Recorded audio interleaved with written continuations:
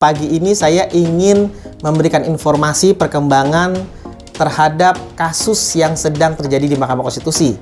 Sebagaimana kita ketahui bahwa Mahkamah Konstitusi sedang mengalami suatu peristiwa di mana ada salah satu oknum di Mahkamah Konstitusi yang merubah putusan Mahkamah Konstitusi setelah diucapkan. Nah, ini memiliki dampak yang sangat signifikan. Jadi kalau yang kita ketahui bahwa putusan pengadilan itu mengikat sejak diucapkan. Nah, sementara di Mahkamah Konstitusi setelah diucapkan dalam sidang yang terbuka untuk umum, itu risalah dan putusannya itu dirubah. Jadi yang dirubah itu frasa dengan demikian dirubah menjadi kedepannya. Nah, ini dalam konten saya sebelumnya sudah dijelaskan nih, dampaknya sangat signifikan oleh pakar hukum tata negara Ibu Bivitri Susanti.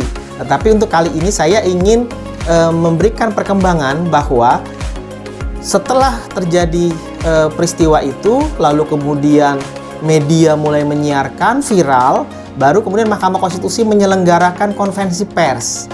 Nah, dalam konferensi pers itu Mahkamah Konstitusi mengatakan akan membentuk Majelis Kehormatan Mahkamah Konstitusi yang anggotanya itu diisi oleh yang pertama Prof. Sujito, di mana sebelumnya beliau adalah anggota Dewan Etik. Jadi dilanjutkan karena memang masa jabatannya sudah akan habis di tahun 2023 ini sebagai anggota Dewan Etik. Nah, jadi dengan dibentuknya MK-MK ini, Dewan Etik ini akan dilebur menjadi MK-MK. Nah, Prof. Sujito masuk sebagai anggota MK-MK. Selain Prof. Sujito, ada juga Dr. Idewa Gede Palguna mewakili tokoh masyarakat, dan juga ada Ibu Profesor Dr. Eni Nurbaningsih. Beliau adalah hakim konstitusi aktif, dan memang unsur dari MK-MK ini ada 3. Yang pertama akademisi, tokoh masyarakat, dan hakim MK aktif. Terlepas dari ada perdebatan hakim MK aktif. Nah, jadi setelah dibentuk MK-MK, pada saat konferensi pers itu datang Mas Ziko ke konferensi pers itu dan menyatakan akan melakukan laporan pidana ke Polda Metro Jaya. Nah, ini yang saya katakan cukup menarik ya, karena ada warga negara atau pemohon. Jadi Mas Ziko ini adalah pemohon di 103 yang putusannya dirubah oleh oknum tersebut.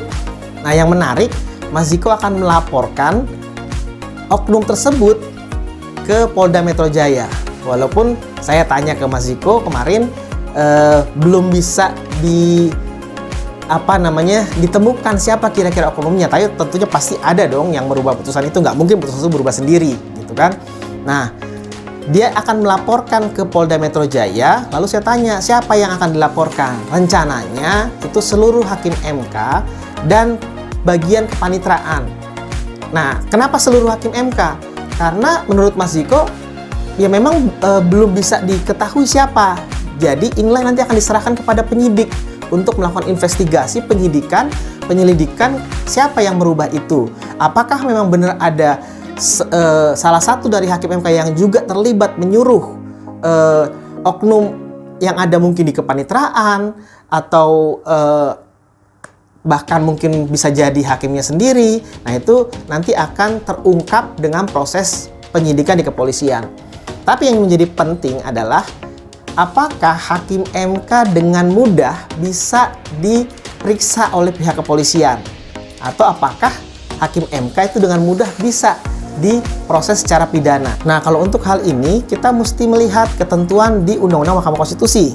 Jadi setelah saya cek di pasal 6 Undang-Undang Mahkamah Konstitusi, di ayat 2 dan ayat 3, mungkin langsung saya bacakan saja ya. Ayat 2-nya begini. Negara memberikan jaminan keamanan hakim konstitusi dalam menjalankan tugas dan tanggung jawab sebagai penyelenggara kekuasaan kehakiman. Jadi dalam hal ini Undang-Undang Mahkamah Konstitusi memberikan jaminan keamanan kepada hakim Mahkamah Konstitusi. Lalu ayat 3-nya, hakim konstitusi hanya dapat dikenai tindakan kepolisian atas perintah Jaksa Agung setelah mendapat persetujuan tertulis dari Presiden, kecuali dalam hal tertangkap tangan melakukan tindak pidana atau berdasarkan bukti permulaan yang cukup disangka telah melakukan tindak pidana kejahatan yang diancam dengan pidana mati tindak pidana kejahatan terhadap keamanan negara, atau tindak pidana khusus. Nah, jadi kalau tidak melakukan tindak pidana dan tertangkap tangan, atau kalau tidak melakukan tindak pidana kejahatan yang diancam dengan pidana mati atau tindak pidana khusus berdasarkan bukti permulaan yang cukup, maka tentunya tidak bisa dengan begitu saja Hakim Konstitusi ditarik ke Polda Metro Jaya atau didatangi oleh penyidik kepolisian untuk diperiksa. Jadi kalau kita lihat lagi, tindakan kepolisian itu harus atas perintah Jaksa Agung. Dan itu pun setelah mendapatkan persetujuan dari Presiden, persetujuan tertulis. Jadi Jaksa Agung itu bisa memerintahkan kepolisian kalau sudah memegang persetujuan tertulis dari Presiden. Nah, ini menurut saya tugas berat untuk Mas Ziko. Karena bukan serta-merta setelah melaporkan ke pihak kepolisian lalu kemudian diperiksa Hakim Konstitusinya. Ternyata mekanisme tidak seperti itu. Jadi bagi saya ini menjadi sangat penting sebenarnya, memang proses ini bisa dilakukan agar terungkap siapa yang kemudian merubah itu, karena itu merupakan satu hal yang cukup fatal karena ini merupakan manipulasi dari keadilan. Bayangkan sekelas Mahkamah Konstitusi terjadi perubahan terhadap isi substansi putusan yang dimungkinkan di kemudian hari akan terjadi lagi.